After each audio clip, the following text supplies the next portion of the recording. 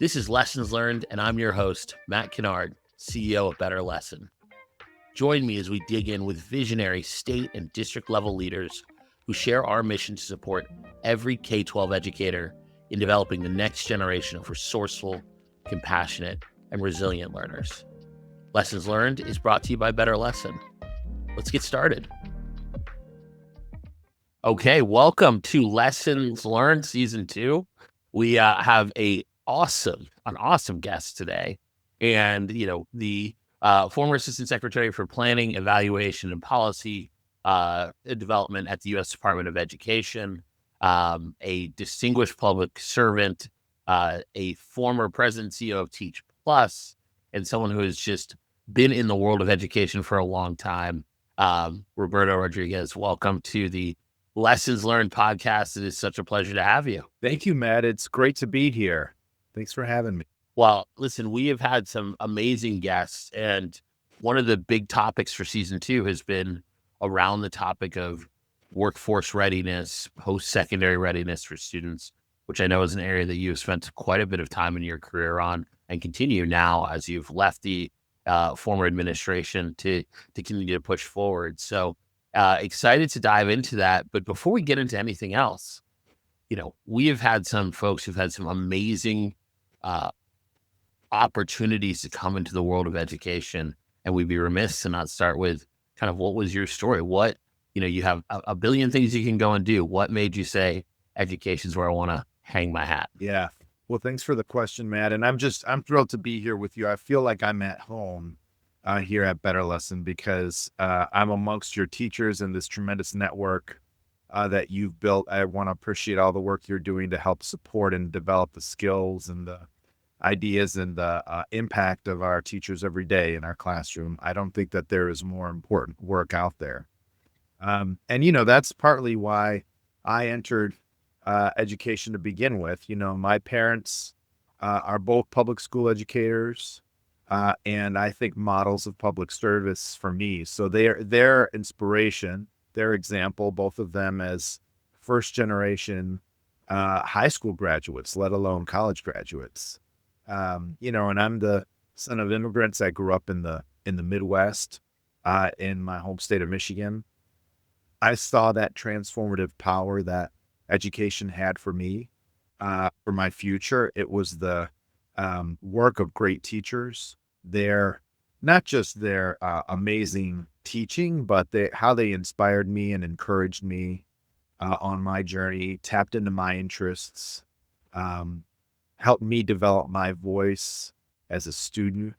I think all of those things are, why we're called to education, why we're called to teaching, why we're called to the shared work around improving our public education system. So, for me, that was a big inspiration. My family, my educators that served me as a young man. And, I've been honored to be working in policy here in Washington, D.C. for the last, over 25 years and still working in deep partnership with our communities, with our parents, with our students, with our higher education system and our K-12 system to really make that opportunity for a great education a reality for every student, regardless of their background. That's the goal that I think we all share.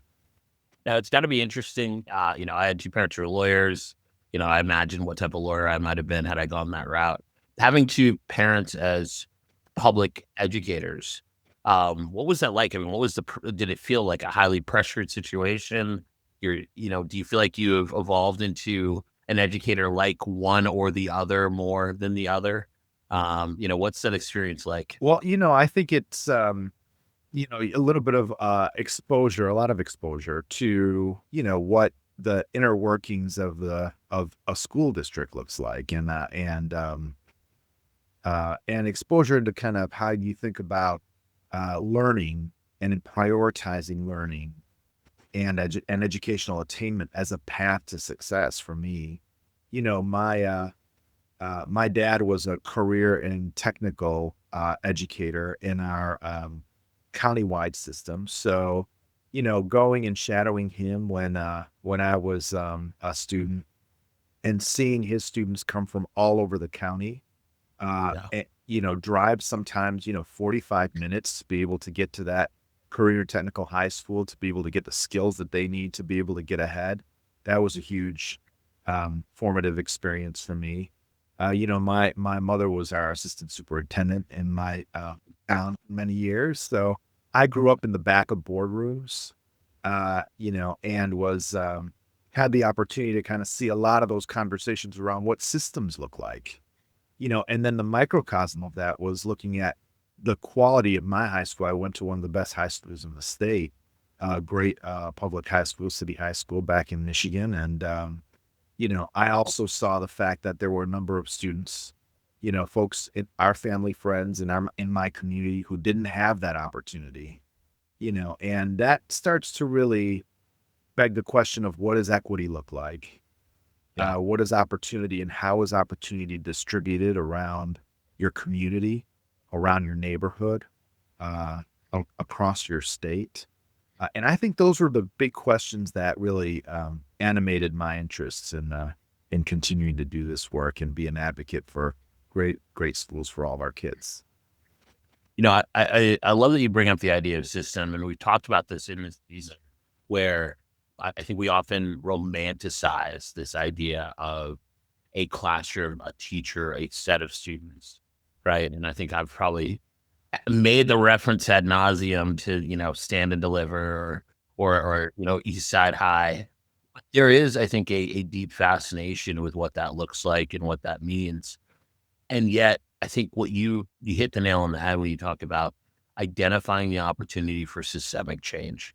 And that means you've got to be thinking about a district, at a minimum, a school, but really thinking about a district or a state as that unit of change, or even the US education system more generally. And you've had a chance to look at it from a state and federal level, as you think about workforce readiness and maybe making sure that students are genuinely post-secondary ready.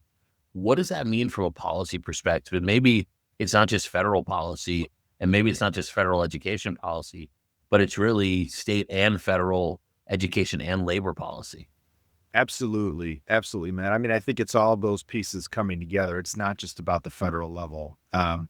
But, just to back up here, we're at a really important moment in our education system, and one where I think we have to begin with kind of two fundamental questions, right? The first is, you know, what should we expect from our education system? What is the goal of our public education system at large?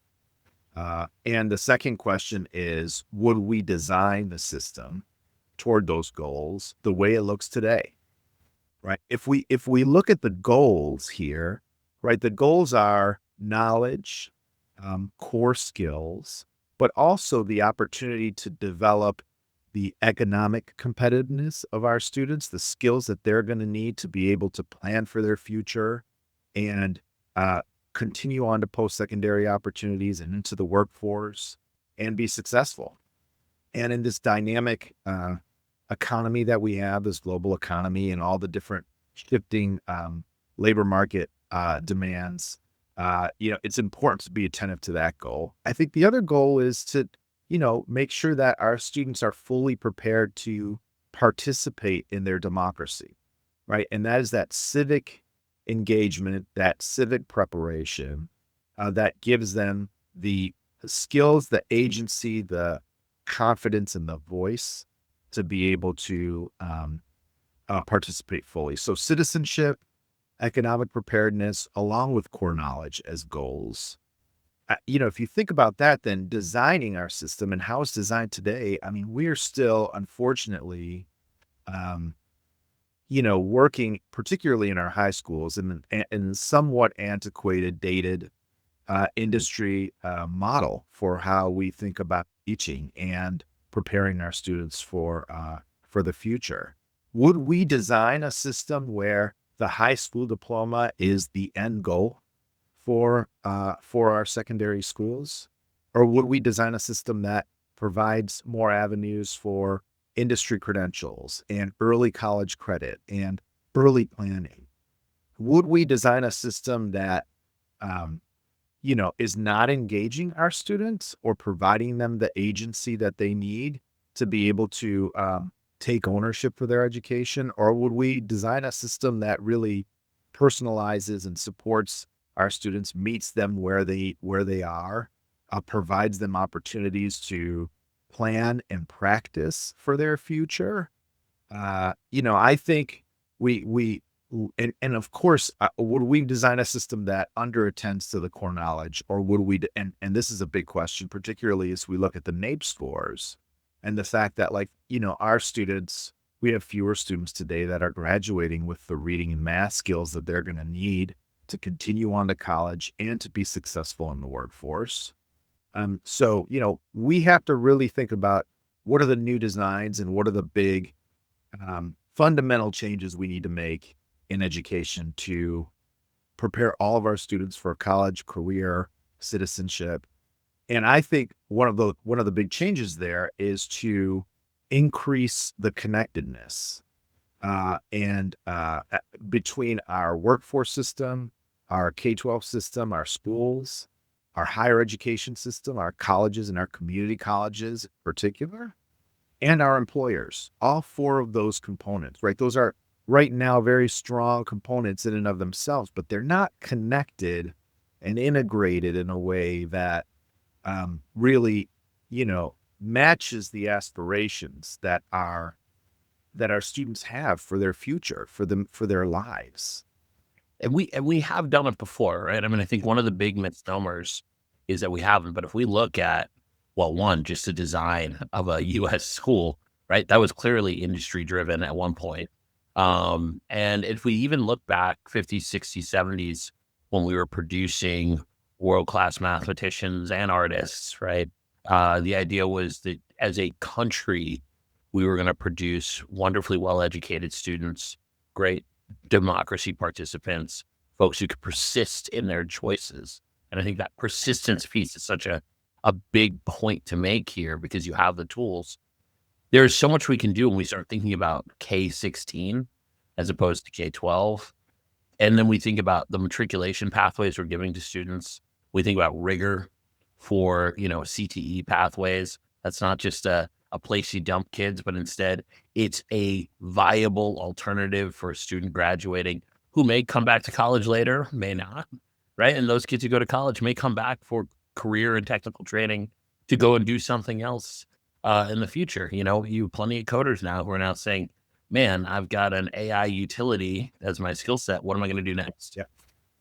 So, I think that really speaks to the need here to say, how are we designing new pathways, new opportunities for real world knowledge and skills, new opportunities that really help young people plan early for their future and give them the reins, right? Again, like the ambitions and aspirations of our young people are boundless.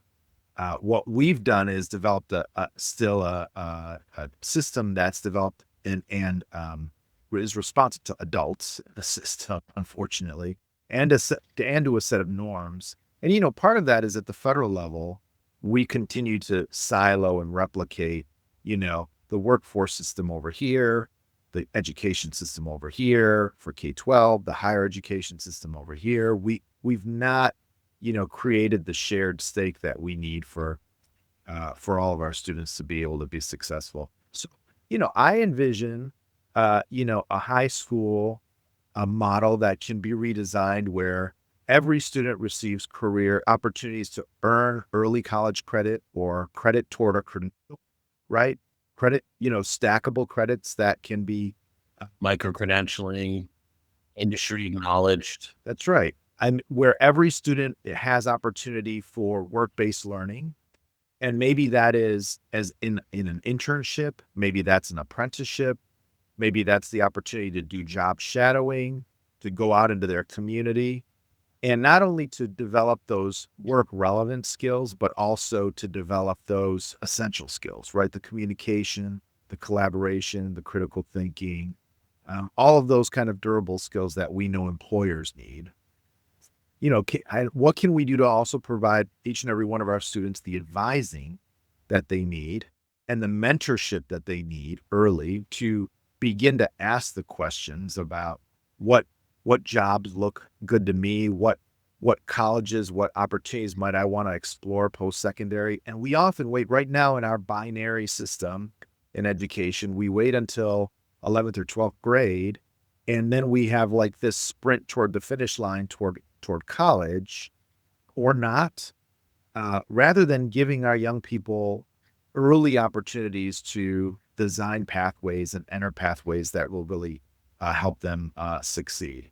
And so, if we can provide those types of opportunities for each and every one of our students wall to wall, I think we'll be better off as a country. You mentioned this. It's not that we can't do this. In fact, there are states getting this done. There's 20 states that have now a portrait of a graduate that is broader than just a high school diploma and that thinks more broadly about what competencies and skills students need to be able to develop. We have individual examples of great career connected high schools and high schools that help support project based and real world learning, but we do not have them all at scale, right? It is still diffuse. And so the work ahead, I think, is how do we bring that to each and every student in a way that really helps respond to their aspirations and gets them ready for their future. It's interesting. Federal changes are the federal changes that are coming down. I almost take my view off of federal for a minute to look more closely at the states. And I think one thing you said there is really important. 20 states have a portrait of a graduate, and those 20 states run the political gamut that we have today. And right, a portrait of a graduate is such an important starting point because it's the very first way we're declaring to a student, if you can graduate with these criteria in mind, with these skills and supports, and this is what the system is designed to enable you with, you can find great success aligned to either dual enrollment, community college, 4-year college, competitive, Ivy League schools if you want, or really robust, high wage, high availability career opportunities.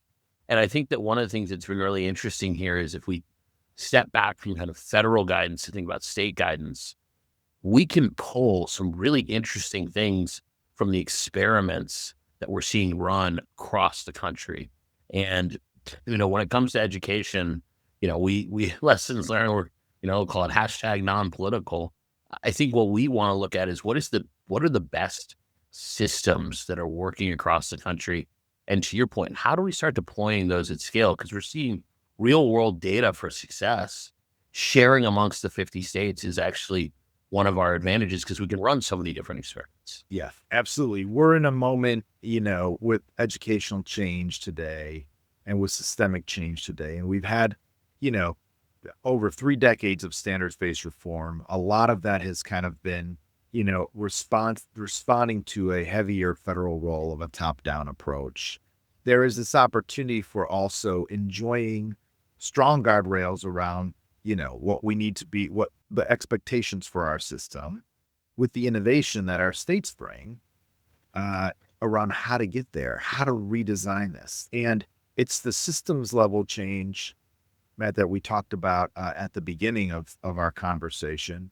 And it's happening in red states and it's happening in blue states. And it's not about politics. It's about what is right for kids and what is sound for the future of the economy of that particular community. So if you look at a place like Indiana and what they've done with their redesign of work-based and embedding work-based learning and opportunities for dual enrollment in their system, it's really encouraging. They've made big investments. We've seen tens of millions of dollars at the state level, alongside using some of their federal dollars and their state and other title dollars to provide, dual enrollment opportunities. They have the highest number of students enrolled in dual enrollment classes of any state in the country.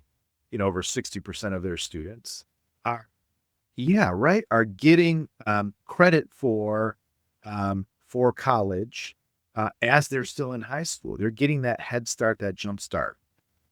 And the state is providing that pathway then right into college or right into their career as a result. You look at Colorado, what they've done to really late middle school planning with high school pathways and credentials, and focus on bringing in high demand industries to how they design their system, deeper partnerships with business. This is something, this piece around how we design these pathways with industry and with business leaders. I've had so many conversations as a policymaker over the years with business leaders that have, been frustrated because they haven't had the opportunity, to really partake in helping to design the type of training and preparation that they know they're going to need, right? And so, we get in this hand wringing of, well, our high schools aren't preparing our students to the level that they're needed. Well, if we had the opportunity to have employers at the table, not to go backwards to what vocational education used to look like, but to say, what are the careers that are here and now in our system? We're in the middle of a digital and innovation age. We have the advent of the AI, which is impacting, the labor force in major ways. Is there a way for us to design from the bottom up those pathways and to keep our employers at the table so that as those jobs shift into the future, they're able to bring their talent, their equipment, their knowledge, their context into the learning environment for our students, right? So it's not just about with flexibility, that flexibility, the ability to evolve and change right? alongside it. So that our students are not just being expected to learn outside of the classroom, but how they're learning reading, math, English, arts, humanities, all the science, all those pieces, are also in important work contexts for their future. That brings up an interesting question, right? Because there's an element of how are we now training our educators to make this work? Because we ask a lot of them, right? Professional learning is obviously a big part of it, but it also, one of the things that it brings up to me is um, so much of this is a communication question. If you think about schools to workforce, workforce to students, students to families, and families back into this, so much of what we've seen historically, and one of the things we talk about here a lot is how do we disrupt the kind of oldest cycle in the book, which is the number one predictor about you going to college is whether or not your parents went to it. That's an information gatekeeping question. It's not that people don't know how to do it. It's that we don't do a great job starting in fifth and sixth grade to say, hey, the next 8 years of your life look like this. And here are the various options. But I think what you're advocating for here is how are we in that open communication pathway? So when we get into transition years like fourth and fifth grade to sixth and seventh grade, eighth grade into ninth grade, students are having a well-articulated conversation with their family and their schools. It's also informed by workforce. It says, here are the sustainable pathways. Even if that means a high school and a middle school, which did 300 things, now only do 50, but those 50 are better aligned to what the long-term outcomes are for their students. So it seems like that push that we're feeling, which feels like a tension, may be the thing that we have to get ourselves over to make this a reality. Absolutely. And how do we think about the implications for curriculum, for pedagogy, for the learning experience of our students in ways that are more creative than we have in the past? So here is where we get to the point of saying, like, again, if we were to redesign our system today, would we design these rigid, discrete pathways, the way we thought about, vocational education 20 years, 30 years ago? Would we design pathways like that into specific jobs, or one specific industry? Or would we think about the opportunity to integrate work-based skills and a broader set of skills that we know industry needs, but that are important to the workforce at large in with core content? in ways that engage students, get them excited about their learning, allow them to apply what they're learning through projects, through real world skills. So when you think of like work that, for instance, like the new tech network and, is doing to kind of think about making project based learning alongside like relevant industries in their communities, an opportunity that students get as they're learning math, as they're learning English. That's very exciting to me.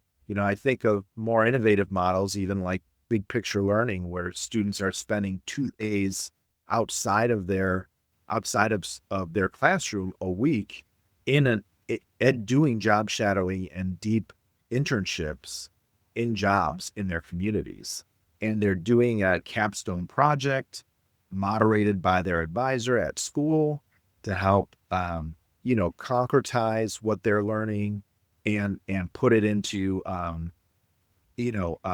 terms with respect to core content and the requirements that they're going to need to graduate. Those more creative designs, honestly, around how we think about teaching, break the mold a little bit from the what might be your more didactic or what students might experience as more rote, learning on X page of the pacing guide on X on Yes. Z. And we think about elite education, students who grow up with lots of resources. They get exposure. They go to mom and dad's office. They did mom and dad are bankers. They get to go to Wall Street. They get to they get to sit down at dinner and talk to family, friends, and others. You can't beat that type of exposure. I'm originally from Boston. I look at Northeastern as a great example of a school that really, I think, took that plunge early from a higher ed perspective. But then if you go out to Colorado, you go to places like St. Vrain with their innovation center, where you have kids in middle and elementary school actually getting to work in robotics and aeronautics and get to experience applied learning. Or, Mac Beaton, who runs CTE, runs a lot of the career technical work out at Henrico County, and was one of our favorite guests, most popular guests this year, talking about getting kids out to work in the giant mall that they've redesigned and opportunities to see kind of storefronts of things to do. Giving exposure is such a critical thing for families and students to even know what those options look like. Yeah, that's right. And I think, one of the other things that in this work doesn't always get named, we think about, different pathways, different opportunities for the early college credit or early credit toward an industry recognized or stackable credential. We talk a lot about how we think about advising and counseling in our schools. Um, but the social capital that students are able to build through work-based experiences and other experiences in their community, um, you know, is just so essential for their future. And that is where, as you were mentioning, Matt, you have some students who have opportunities naturally to build that social capital with, the folks in their community or folks that they might be exposed to, through their parents, through other means. And you have other students who, don't have the opportunity to build that social capital unless we are intentional about baking that into our system. And, you can't be what you can't see. And that's just really that's important, to think about, particularly as our young people get older into those middle and high school grades. Their imaginations are boundless, but they need that exposure to, those careers and to those individuals to help, unleash their that imagination to think about who they could be, what they could do. I think that idea of giving kids opportunities and exposure, and then if we give them the information, trusting them to express and give them guidance, right, and support. And again, I go back to that's probably going to mean that our schools do less stuff, but they do things at a much deeper level, that we recognize the need for rigor for all students. I mean, we've said it before. If you're a kid who's going down a CTE pathway, it depends on what that might be. But if that means you're going to end up on a Toyota Kanban plant, you know, you're supervising AI driven robotics.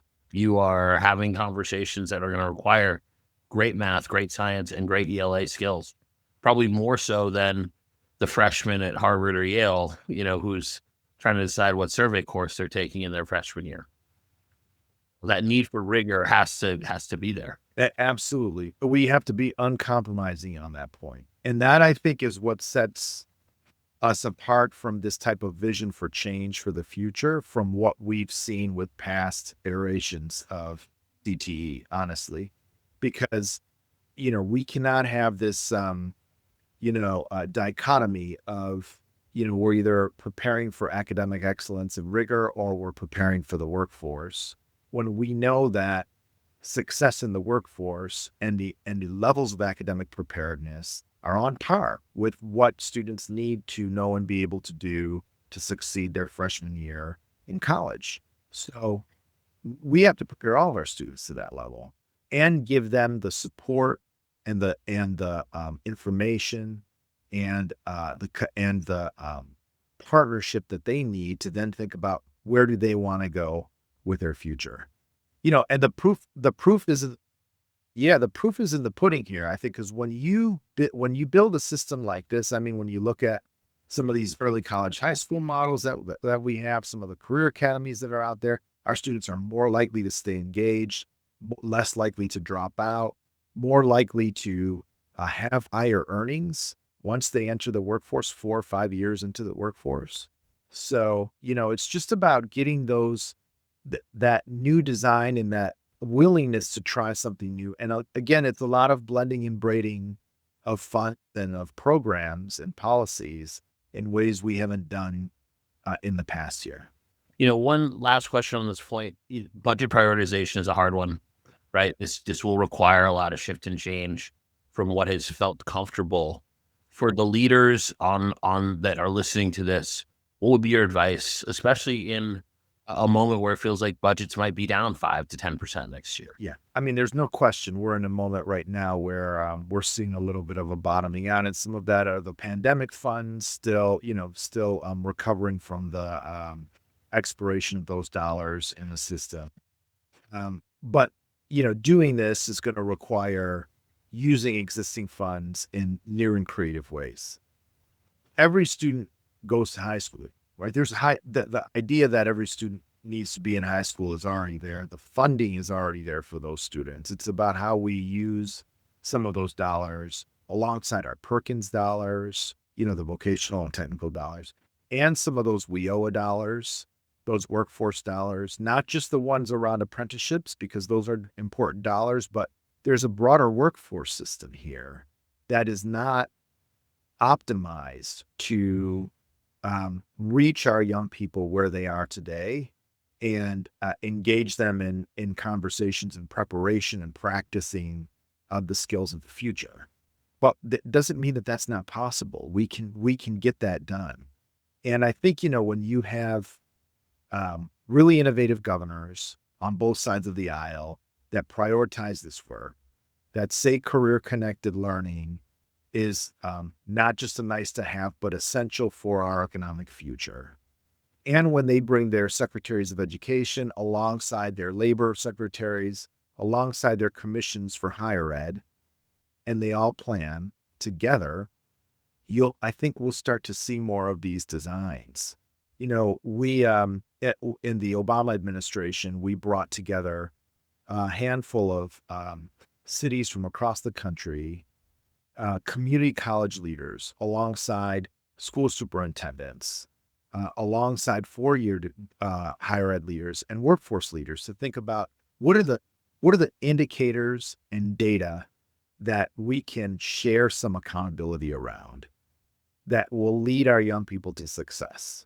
And the problem again is that, like, as adults, we get into our systems of here's what I'm accountable for. And that creates these silos that become a barrier to designing in a more innovative way around student centered. I love that, because if you're thinking about budgeting too, having a shared outcome, right? And if we think about ROI for the dollars spent, to create students who are capable of being post-secondary ready and persistent. And we put that across everybody, industry, educators, state leaders, federal leaders. We start to get to more commonality, right? Which makes that budgeting question a lot easier because you're not trying to solve for 15 different outcomes. Well, I have one final question for you. It's one of my favorite questions. It's been an interesting year in education. I know in ed tech, it has felt a lot to stop and start, but despite all of it, it feels like there are some sunnier days on the horizon, even through the NAEP scores. So my favorite question to ask folks when they come on is, what's giving you hope today?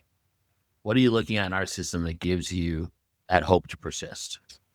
I will say a few things to that, Matt. I think the first is that we know, and this is just kind of a classic take, but we know more today than we ever have before about the science of learning and the importance of student engagement and their social and emotional, health as it relates to their academic well-being. So that body of evidence is there. And we know more about how to use technology in more innovative ways to accelerate student success.